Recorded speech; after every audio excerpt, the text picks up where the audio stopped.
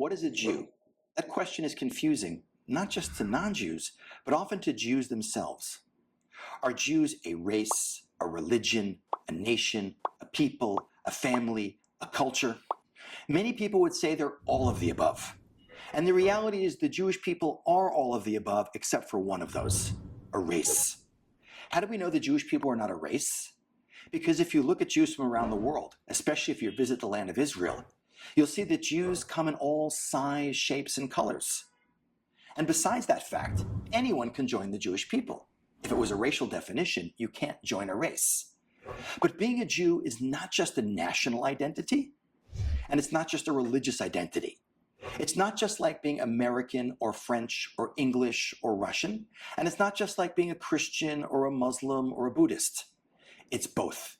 There's a national component and a religious component to the Jewish people. There is a faith, but even a Jew who's not observant, who professes to not even believe in God, is still part of the Jewish people. And there's also a national component. But even a Jew who lives in Israel who's not observant is still part of the Jewish people. So it's complicated, but it's a combination of both. But the Jewish people are definitely a nation. The Jewish people have a land, a language, and a history. Ironically, we would say the Jewish people may have less of those things than most nations.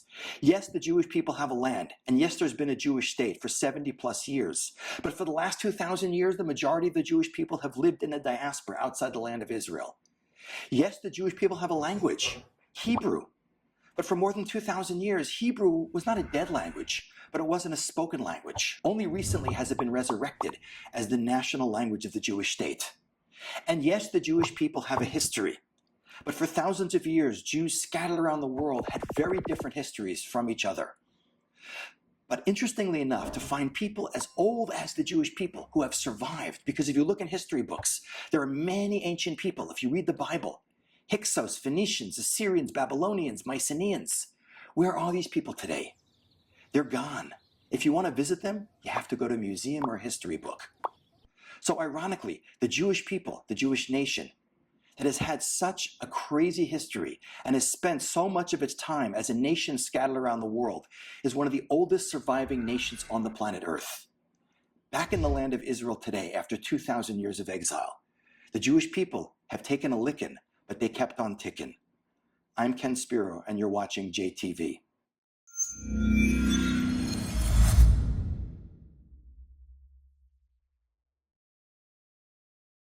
To stay up to date with the latest JTV content, if you're on YouTube, click subscribe below the video and the alarm bell. And if you're on Facebook, click the like button, and under following, click see first.